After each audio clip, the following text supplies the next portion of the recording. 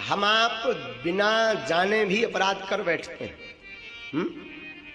बिना जाने भी अपराध कर बैठते हैं। किसी के बारे में आपको पता ना हो, फलाना कैसा है, ठिकाना कैसा है, वो साधु कैसा है, वो महापुरुष कैसा है, तो आपको बोलना नहीं चाहिए, वरना आपके पुण्य नष्ट होंगे। जो आपने सुकृत कर्म किए वो नष्ट होंगे। और कभी भी किसी बुद्ध पुरुष की, महापुरुष की निंदा भी नहीं सुननी चाहिए। हम नहीं कहते, रामायण कहती, हमने आपको समझाया था, हरिहर निंदा सुनई जो काना, हो ही पाप गौघात समान। भगवान श्री हरि विष्णु, हरि यानी महादेव, इनकी जो निंदा करता है या सुनता है, उसे गो हत्या बराबर पाप भोगना पड़ता। कितना? एक गौ को मारने बराबर पाप भोगना पड़ता। मेरी प्रार्थना है व्यासपीठ से, आप कभी भी जिसके बारे में जानते नहीं, जिसको समझा नहीं, जिसको देखा नहीं, उसकी निंदा मत करो। बाकी जगत का काम कहना है, जब तक मरोगे नहीं तब तक निंदा निश्चित है। निंदा अगर हो रही तो समझो आप जिंदा हो। निंदा उसी की होती जो जिंदा है, जो मर गया उसकी क्या निंदा। तो कोई निंदा कर रहा तो सुनो मत, या तो यथोचित जवाब दो अथवा चुप हो जाओ, वरना बुरी दुर्गति होती निंदा करने वालों की। ध्यान दीजिए महानुभाव, जब तक आप जिएंगे तब तक लोग आपको ताने देते रहेंगे। आप भजन नहीं करोगे तो वेद ताने देंगे कि तू मनुष्य का तन व्यर्थ में खो रहा। रामायण देगी आपको ताना, क्या? बड़े भाग्य मानुष तन पावा, सुर दुर्लभ सदग्रंथ गावा। भागवत आपको ताना देगा, कौमार आचरित प्राज्ञो धर्मान भागवता निहा, दुर्लभम मानुषम जनम तदपुत्रर्थदम।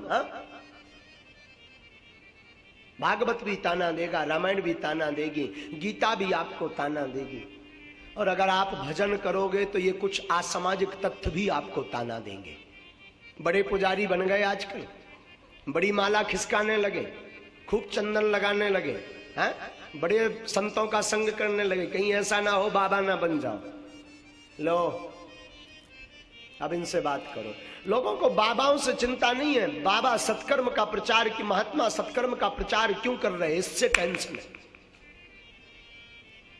ध्यान दीजिएगा, जगत कुछ कहे तो कहने दो।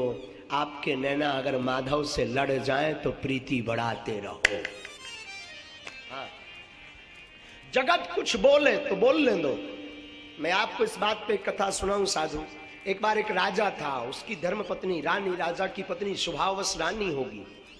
तो राजा और रानी दोनों एक घोड़ी पर बैठकर महाराज गए घूमने के लिए।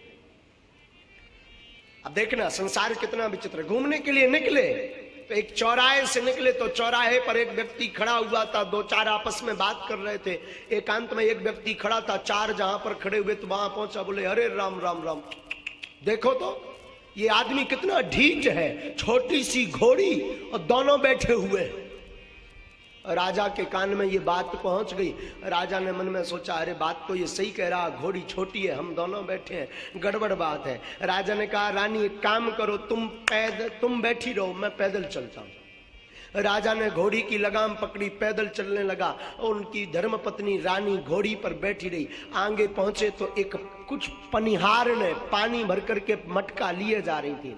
तो आपस में बात करती हुई देखी, अरे राम राम राम राम, बताओ तो क्या जमाना आ गया, पति को पैदल चला रही, खुद घोड़ी पर बैठी है।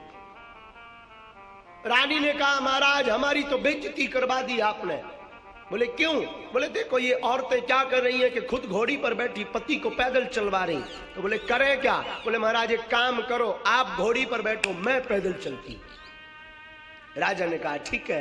राजा घोड़ी पर बैठ गया, रानी पैदल चलने लगी घोड़ी पकड़ के। आगे फिर चौराहे पर पहुंचे तो दो लोग आपस में बात कर रहे थे। बोले राम राम राम राम राम राम, बताओ तो क्या जमाना आ गया, खुद ऊंट जैसा घोड़ी पर बैठा सुकुमार सी पत्नी को पैदल चला रहा।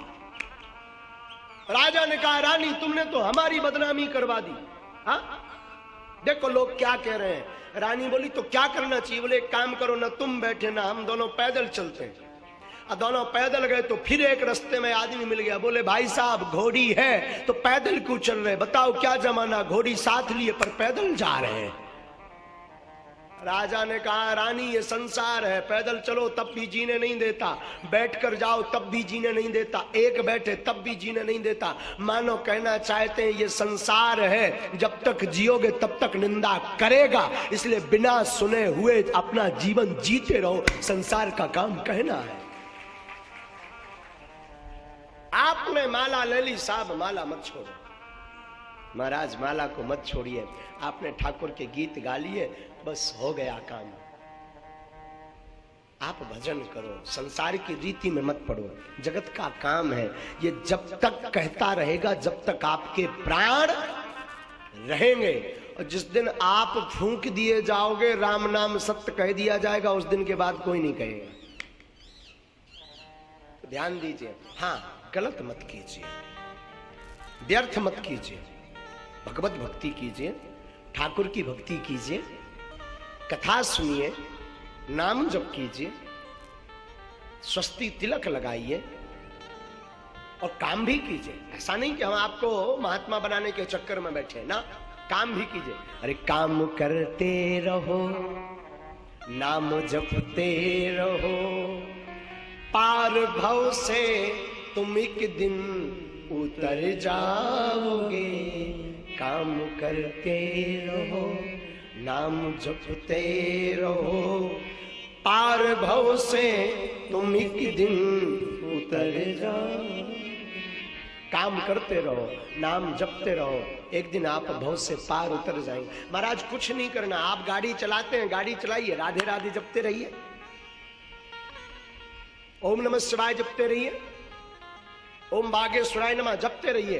गाड़ी भी चलती जाएगी, आपका भजन भी हो जाएगा। हाँ जी अन्ना जी। माताएं आप रोटी बनाती हैं, एक रोटी बेलो, राधे राधे राधे राधे, चूल्हे पर रखो, राधे राधे, चूल्हे में सेको, राधे राधे, वापिस रखो, राधे राधे, रोटी भी बन गई, भजन भी हो गया। कुछ अलग से नहीं आपको करना। कुछ अलग से करना है क्या? मैं एक बात बोलूं, आराम कौन कौन जीवन में चाहता? जरा हाथ उठाकर बताओ, आराम कौन कौन चाहता? उठाओ ना हाथ। बस इतने ही लोग, बाकी नहीं चाहते। हाँ, चाहना भी लोग। आराम कौन कौन चाहता? आराम की तलब है तो एक काम कर। आराम की तलब है तो एक काम कर, आ राम की शरण में राम राम कर। आपको आराम की तलब है तो एक काम कीजिए, आइए राम की शरण में और राम राम कीजिए, आपको आराम मिलेगा। तो हम आपको जो बता रहे थे, काम करो, नाम जप करो। आजकल लेके जमाना बड़ा उल्टा हो गया महाराज। गाड़ी चलाएंगे तो गंदे फिल्मों के गाने जरूर लगा लेंगे, राम सीताराम नहीं लग सकता। माताएं रोटी बनाएंगी तो सास बहू का सीरियल जरूर लगा लेंगी टीवी में। और जब सास बहू का सीरियल देखेंगी तो घर में भी तो सास ही बहू करेंगी। हाँ, वो भगवान की कथा नहीं लगाएंगी, ठाकुर जी के गीत नहीं लगाएंगी, गंदे गंदे मूवीज। हाँ, हमारे देश को बर्बाद फिल्मों ने किया है। देश की सभ्यता और संस्कृति का विनाश फिल्मों ने किया है। और मैं प्रार्थना करूं, आपने देखी होगी कितनी फिल्में हमारे सनातन के खिलाफ बनी, कभी किसी ने कोई आवाज नहीं उठाई, और उठाई भी तो उस आवाज को दबा दिया गया। अभी दूसरे के धर्म के खिलाफ एक मूवी बना के बता दे, मार दिए जाएंगे। लेकिन सनातन, हम आप सब इतने सोए हुए लोग हैं, इतने सोए हुए लोग हैं कि हम आप खुलकर विरोध भी नहीं कर पाते। मैं मूवी का बहिष्कार नहीं कर रहा हूं, मैं सिर्फ इतना कह रहा हूं, फिल्म देखने के लिए जब आप हर संडे 3 घंटे निकाल सकते हैं तो जीवन में 1 घंटे गोविंद की कथा के लिए निकालिए। जब आप फिल्म देखने के लिए समय निकाल सकते तो माधव की कथा सुनने के लिए क्यों नहीं निकाल सकते? अपने मोबाइल का सदुपयोग करिए, टीवी का सदुपयोग करिए, भगवान की कथा सुनिए, भगवान के गीत को गाइए, ठाकुर जी के गीत को गुनगुनाइए। जीवन में अगर आप ऐसा नहीं कर पाए तो किसी काम के नहीं। ऐसा जीते जी आप मुर्दे के समान हैं।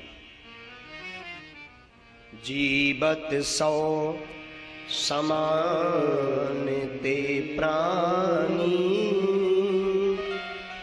जिन्हें हरि भगति हृदय नहीं आनी। जीते जी वो व्यक्ति मृतक के समान है जिसके हृदय में भगवान की भक्ति नहीं आई, ठाकुर जी की भक्ति नहीं आई।